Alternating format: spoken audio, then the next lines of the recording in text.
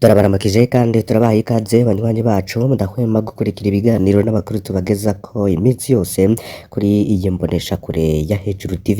N'umwanya w'amakuru agezweho muri iki gitondo kandi yihuta cane twabateguriye kuri uyu wa kabiri kw'itariki ya 17 kwezi kw'icenda 2024.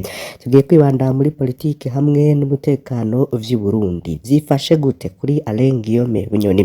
Ku munsi w'ejo ku mugoroba niho twabagejeje ko inkuru irabana n'ibicocoro vya CNDD-FDD n'ibihangange 8 vyoba vyarateraniye mu Kibimba bakora rero inama ikomeye cane. Bakuru rero yemezwa n'ababibonye akaba bavuga ko President Ndayishimiye mu mpera y'indwi iheze habaye inama idasanzwe hagati y'abajenerali bahoze bagwana muri CNDD-FDD. Inama rero yabereye iwabo wa President Ndayishimiye mu Kibimba.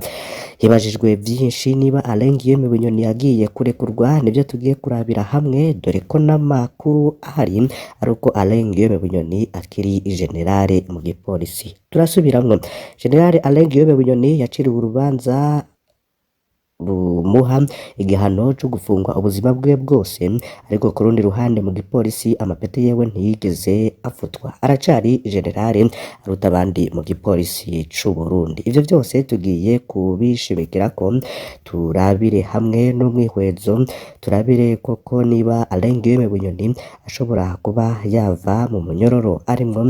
Abantu benshi rero bakaba babandanya kubigarukako no muri iki gitondo. Ku mbuga ngurukana bumenyi haciye inzandiko nyinshi zitangaje zivugwa ko zaba mu banywanyi ba CNDD-FDD. Hari inyandiko za mbere zatowe mu nyuma rero no ku kirimba c'umukuru w'igihugu imbere rwose mu rupangu ikirimba kirimwo, naho hakaba haratowe izindi ziyamiriza intwaro ya President Varisito Ndayishimiye. Iza mbere ziyamiriza intwaro ya CNDD-FDD muri rusange, ariko iziherutse gutorwa ku kirimba c'umukuru w'igihugu ziyamiriza umukuru w'igihugu wenyene Varisito Ndayishimiye. Hariho ibimenyetso vyinshi vyerekana icuka kibi mu ndongo zo hejuru muri ino misi. Hariho n'ivyerekana ko Varisito Ndayishimiye asa n'uwuri wenyene, abategetsi benshi bakaba bidogera n'umukenyezi we bagiriza ko yiha ububasha adafise. Ubu rero hasigaye hariho n'abategetsi biruhutse iyo bagize imana bagakurwa hafi y'umukuru w'igihugu, n'abamwege rero bakamwagiriza rwose ko adahanurwa, ko yemera ko azi vyose, ko yemeza ko azi ubwenge wenyene kandi ko amaramaza abafasha biwe. Umukuru w'igihugu rero akaba asigaye afata ijambo abamwegereye n'imitima igahagarara, mbe yemwe ubu ahava avuga ibiki? Naho rero kitavugwa muri CNDD-FDD, ikibazo kijanye n'urupfu rwa President Nkurunziza carababaje abagumyabanga, kiza cunyuka rero aho RPA yashira habona amatohoza yabikoze ko bikongera bikavugwa mu mpisho ku rubanza rwa Generale Alain Guillaume Bunyoni.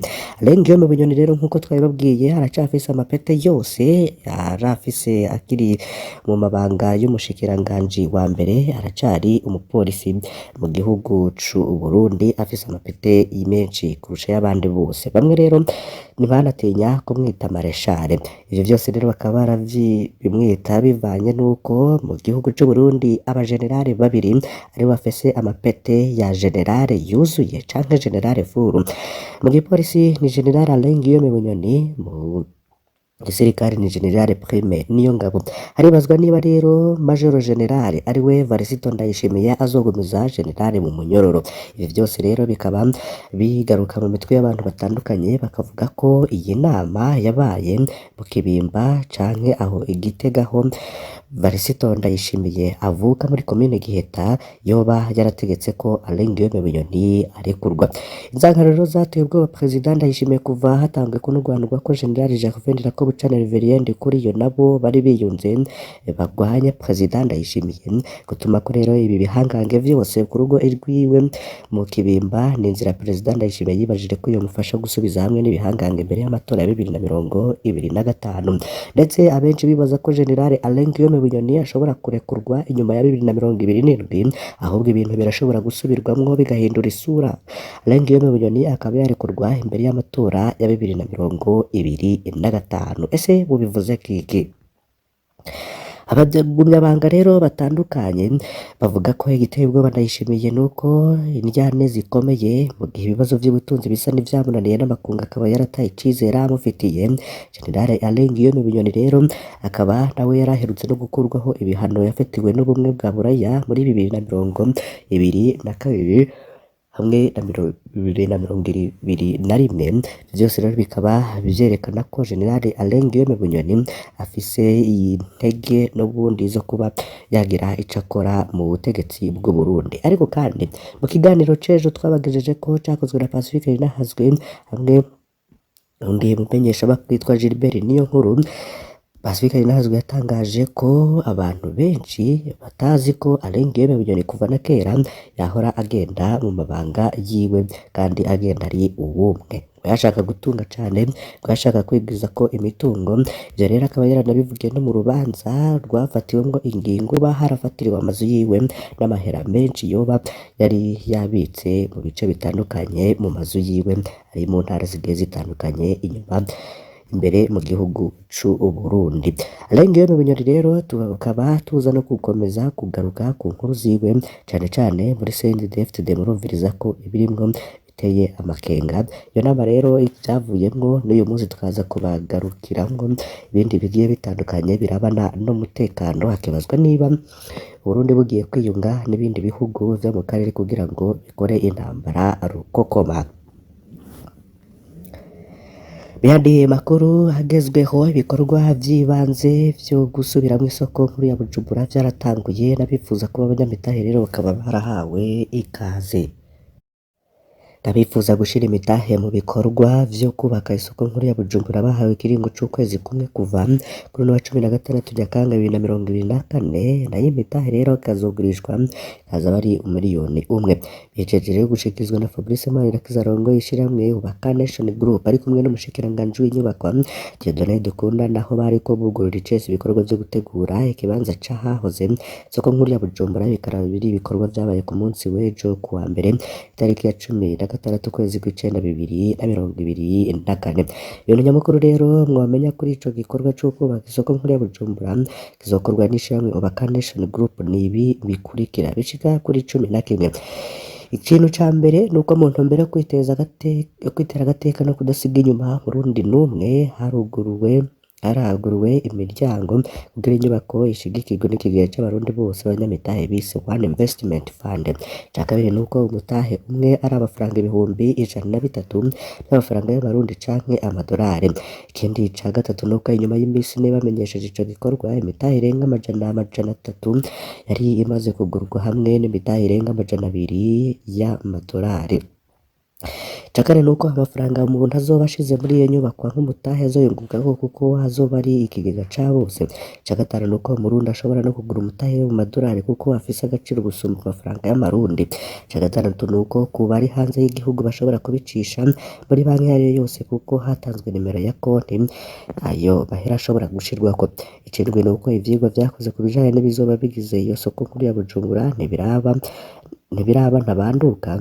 Nuko rero 18 kivugwa muri izo nkigaruka ibikorwa bitanguye ku munsi w'ejo vyo gukubura bikaba bizotwara n'ukwezi kumwe, hakazocera hakurikira ivyigwa vy'isi igize ico kibanza canke etude de sol. Harimo kandi n'ikiringo co gutangura kubaka kizomenyeshwa hanyuma. Muri ivyo bikorwa rero hakaba hazoshirwa n'imbere urwaruka rw'abarundi hakurikire abazifashishwa nk'abahinga. Ica 11 rero nuko umugambi wo kubaka isoko nkuru ya Bujumbura uzokorwa mu kiringo kiri hagati y'imyaka 3 hamwe n'imyaka 5. Kuri wa 16 rero hakaba harabaye igikorwa co gusukura ndetse bikaba vyagaragara ko hari n'imashini zigiye zitandukanye zari ziriko zirasitura ibisigarira vy'iryo soko ryahiye muri 2014. Ivyo vyose rero bikaba vyagaruka ku bikorwa bivanye n'iciyumviro ca Fabrice Manirakiza yoba yarahaye umukuru w'igihugu ko yo kwifuza ko babahereza ikibanza cahoze mu isoko nkuru ya Bujumbura ahubwo bakagishiramwo igorofa ndende. Yandi makuru twari babwiye ku buryo burambuye none ikinyamakuru casubiye kuvyandika. SOS Media Burundi ivuga ko haheze indwi irenga havugwa ko hibonekeza indongo z'imirwi FLN na FDLR ku butaka bw'u Burundi. Amasoko mu bajejwe umutekano n'ababibona baremeza ko habaye imibonano izo ndongozi mu gisirikare c'u Burundi. Iyo mibonano ikaba yarabereye mu ntara za Cibitoke na Kayanza zigaburwa rero n'ishamba cimeza rya Kibira aho abarwanyi ba FLN bamaze imyaka itari mike bacumbitse. Ikinyamakuru SOS Media ryaronse urutonde rw'indongozi z'iyo mirwi yari yitwaje ibigwanisho icumbitse mu buseruko bwa Repubulika Iharanira Rusangi ya Kongo, abo baratumiwe n'indongozi z'u Burundi harimwo Lieutenant General Hamada Habimana gushika bafatwa nk'urongoye ingabo za FLN, ari General Major Pacifique Ntahuka arongoye ibikorwa vya gisirikare muri FDLR, ari General de Brigade Antoine Hakizimana bita Jeva, uwundi mukuru w'abarobere yita ko ari we yasurikira FLN hamwe Colonel Honore Ndagimana azwi kuri tazirano rya Theophile, uwa nyuma rero yita ko ari warongoye ishami rya gisirikare ry'abiyonkoye muri FLN. Mu nama y'abo bakuru b'abarobere b'imigwi irwanya umukuru w'igihugu Paul Kagame n'abaserukira igisirikare c'u Burundi byabereye mu ntara ya Cibitoke buraruko bushiye uburengero mu ntara ya Kayanza mu buraruko. Babibonye rero iyo mibonano ikaba yaratunganijwe hagati y'amagenekerezo ya 29 na 30 mu kakaro guheze n'uwa gatatu Nyakanga. Bamwe rero mu bakozi b'igendereza hamwe n'igitegeri gitora c'abajejwe intwaro bari muri iyo nama nabo nyene. Zinama rero zabereye mu mahoteli nka Hotel Green Village Wacu de Bukinanyana. Umushikiranganji wa mbere yaje ahuranira ko buca batazirana kugarika ari n'imvukira y'iyo komine nyene, hari komine Mwarangabo mwene yo akaba ari Colonel de Police Jerome Nibibogora wabisirarongoye akarere ko bumanuka avugwa mu mabi no kugandagura kutavuga rumwe n'ubutambwe buri ku butegetsi niko amasoko yacu abivuga. Hari hoteli yitwa Mwarangabo iri ku mugwa mukuru w'intara ya Cibitoke. SOS Media Burundi rero ikavuga ko itashoboye kumenya neza iyi hoteli abantu babereyemo ikabarore. Uruganda rw'ico kinyamakuru rukaba rutarashoboye no kumenya umwidondoro w'indongo z'abasirikare baherekeza abo bagwanyi b'abanyarwanda bakavuga nabo Bukinanyana na Kabarore na makomine ari mu ntara za Cibitoke hamwe na Kayanza. Kubw'umwe mu ntwazagabo za FDNB atashimye ko umwidondoro w'umenyekane, abaserukira igisirikare c'u Burundi rero baravugana nabo n'abakorera ku buraruko bushira uburengero, ariko hari n'abandi baje bava mu biro bikuru vy'intwaramiheto i Bujumbura. Bakuru bava muri Sud Kivu aho hafi aho abarongozi b'abagwanyi bacumbitse uko ari bane aremeza ko baje gutsura baherekejwe n'abasirikare b'u Burundi. Ngo si irya mbere bamwe muri bo baje mu Burundi, akenshi abo bakuru b'abarwanyi bakoresheje imbibe z'umukinyi bari mu kujabuka, ariko rero ngo bararonse n'imyambaro y'igisirikare c'u Burundi baca bajabukana n'abasirikare b'abarundi bacumbitse muri Sud Kivu barindiriye guhindurwa. Ayo masoko nyene asigura Burundi rero bukaba bufise amakamba atari musi y'ane muri Sud Kivu mu buseruko bwa Kongo, ibikorwa vyo gufashanya hagati ya leta ya Kongo na leta y'u Burundi abagwana ku ruhande rw'igisirikare ca Kongo mu ntambwe yo kurwanya iyo mirwi yitwaje ibigwanisho, ariko kandi bakagira n'igitero ku birindiro vy'imirwi y'abarundi rero zitabara na FNL y'uwitwa General Aloys Nzabampema. Tubibutse neza ko FNL igwanya leta y'u Burundi ariko FLN igwanya leta y'u Rwanda. Amasoko y'iyo nkuru indongozi z'u Burundi rero zigomba kwigira abahuza hagati y'izo mpande zibiri za FLN zirabana y'ingwe. General Hamada yigegwa kuba agirana umubano na kenshi na mugenzi w'u Burundi Nzabampema. Indongozi rero z'u Burundi nazo ziratinya ko Nzabampema yohava atwarwa amakuru u Rwanda mu ntumbero yo kugondoza abaroberi b'abanyarwanda ngo baje mu Rwanda canke bakamuha amakuru ku bijanye n'ukuntu bakorana na leta y'u Burundi. Niko bibonwa rero n'amasoko yegereye abagwanyi n'abarundi muri Sud Kivu. Ngo igira kabiri y'urwo rugendo rw'abakuru b'abagwanyi b'abanyarwanda ku butaka bw'u Burundi bw'amasoko mu bajejwe umutekano no gutera intege abagwanyi bacumbitse mu kibira no kuraba ko bakongereza abagwanyi ba FDLR mu ntumbero yo guhungabanya u Rwanda.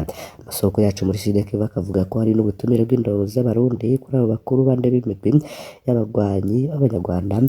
Bose wa gatatu rero ku mugoroba niko SOS Media Burundi yivuga ko yamenye ko umwe muri abo batumire bane yari mu karere ka Bukinanyana n'amabaye kuborana n'abagwanyi bakorera mu kibira.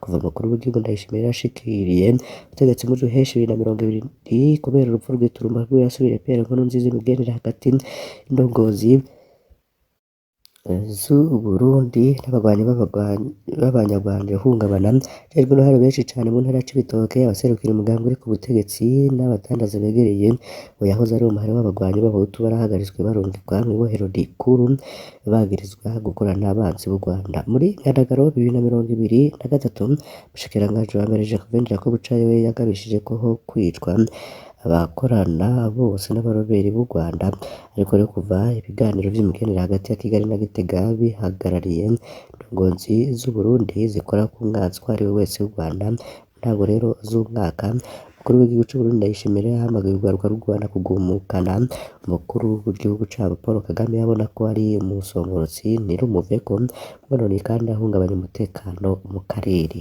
Ivyo rero bitandukanye n'ukuri kuko urwaruka rwo mu Rwanda rukunda Paul Kagame cane.